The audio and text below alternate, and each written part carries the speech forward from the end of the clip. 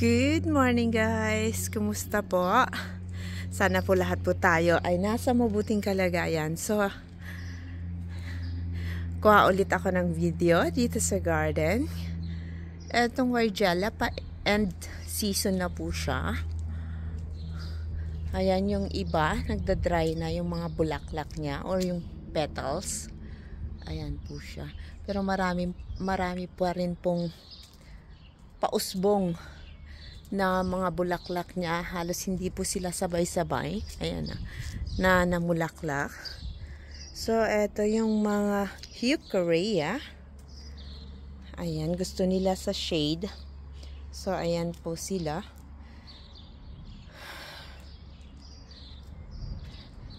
So, ito, ibang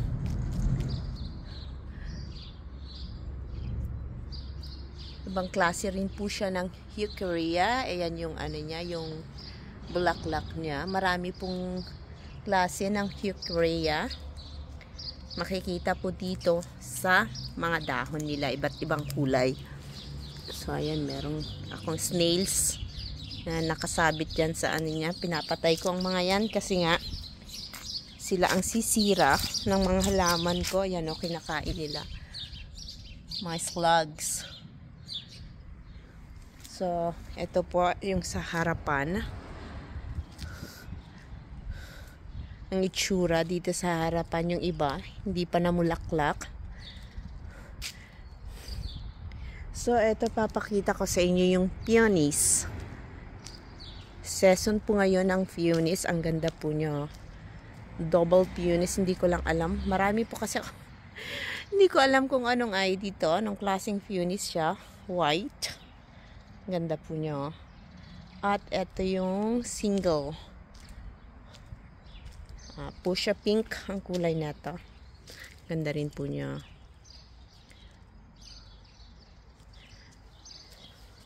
Yung kapitbahay ko, ang dami niyang sabay-sabay na bumuka yung mga peonies niya. Ang gandang tignan. So, yung mga geraniums ko.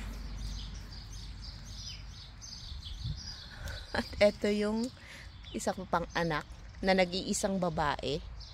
Kaya lang, malandi. Uuwi lang to paggabi or pag nauhaw. Ayan. Pero dito lang naman siya nag-stay sa garden. Itong wood box, kailangan na naming tanggalin yan kasi nga hindi na po siya magandang tignan. Pero, pag ano na lang, bago mag-winter kasi bawal ngayon ang magputol ng mga kahoy.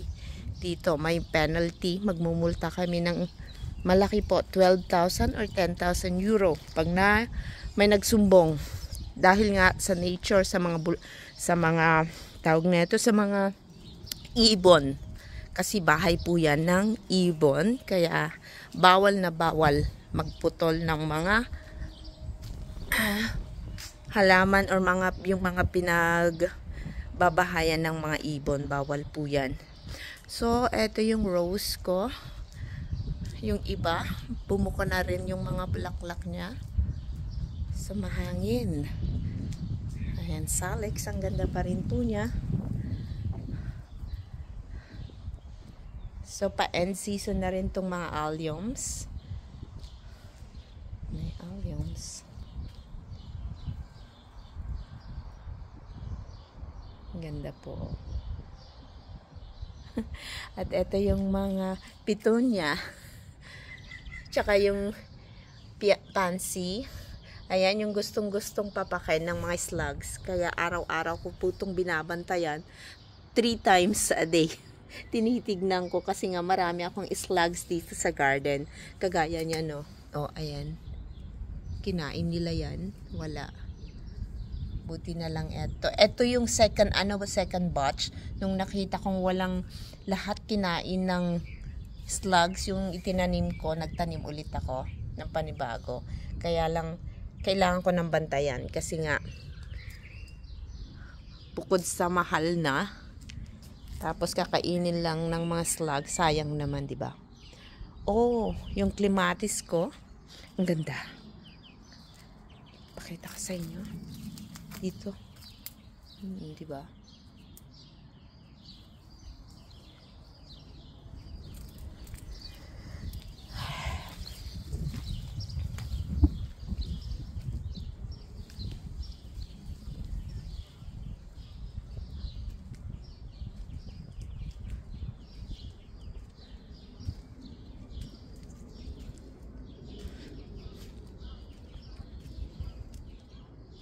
Dito tayo sa likod. Yung mga dianthus. Ang gaganda ng mga bulaklak nila. Kaya lang hindi na naman na grass mover.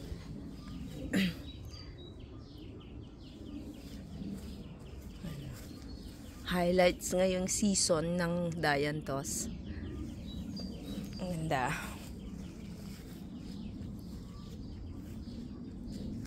Ayan, iba't ibang kulay. May pink po siya, pink, dark blue, red. Ayan. Ayan. Red na red.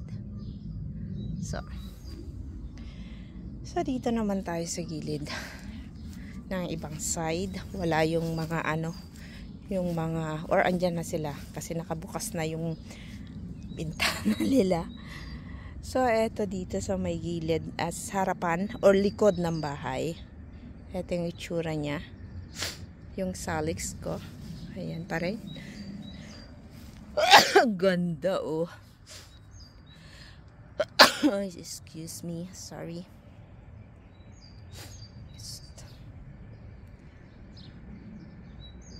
Diba?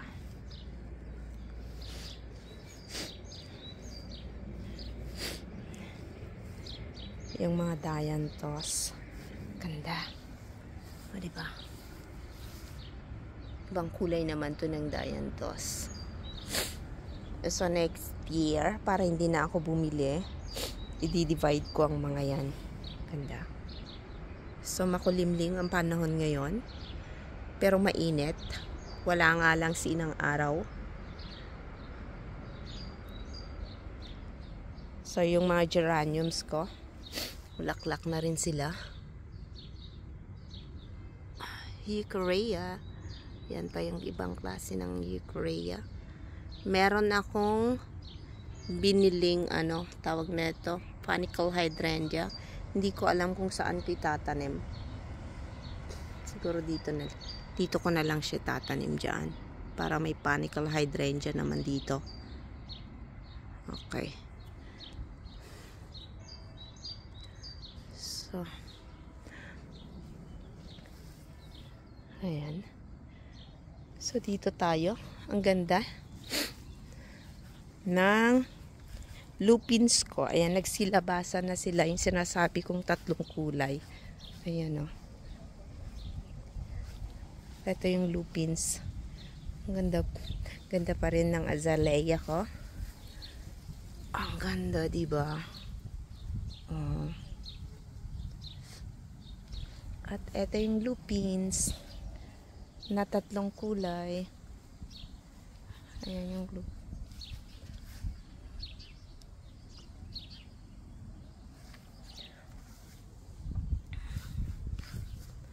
Yung mga pansy nasa border. Pero magpa-end season na rin sila. Lalagyan ko yan ng pitonia. So, ang ganda talaga. Nagagandahan talaga ako dito sa dianthus. Oh.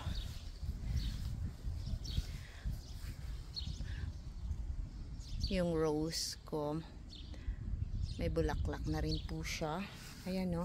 Marami tong klaseng dianthus hanggang dun. So, ayan, dianthus lahat po yan. Tapos dito, sa ibang side, yun naman yung itinanim kong pansy. Kaya, ang lalagay ko dyan ngayon is dianthus na para hindi ako tanim ng tanim. Kasi, kung yearly ako bumibili ng dianthus, tawag na ito. Pansy, mahal din. Samantalang itong dianthus, perennial plant. Pag winter, kailangan ko lang siyang i-prune. At kusa po siyang babalik pag summertime or springtime. Oo, ang ganda.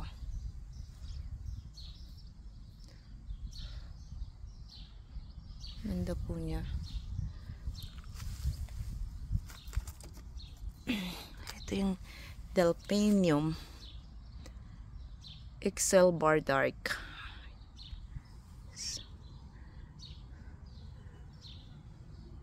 So eto, So lupins pa rin po to. Iisang kulay nga lang, white and violet. So bali kinuha ka lang yan, or from seeds lang to last year. Ayan yung kulay niya ngayon, oh. Ang ganda, diba? Ng mga dianthus. So ito, sorry, Heuchera. Oh my God, ganda ng bulaklak niya. Oh, diba?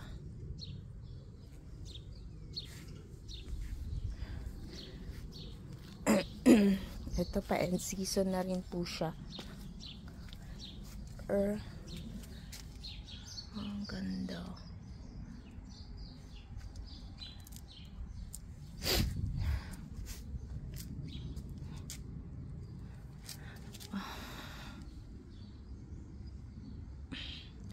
Dito sa gilid ng bahay, ayan, meron na rin pa palang yung rose. Ayan. May rose ito. Yung rose kailangan, kaso single lang siya. Ito yung dito sa gilid. Wala masyadong kulay, puro green. Kaya kailangan ko magtanim to dito ng mga may bulaklak. So dito na tayo kasi tinitignan tayo ng kapitbahay. Diba ang ganda? Ito yung mga apple tree.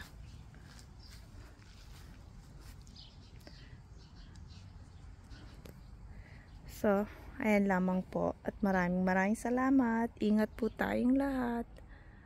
Bye-bye po.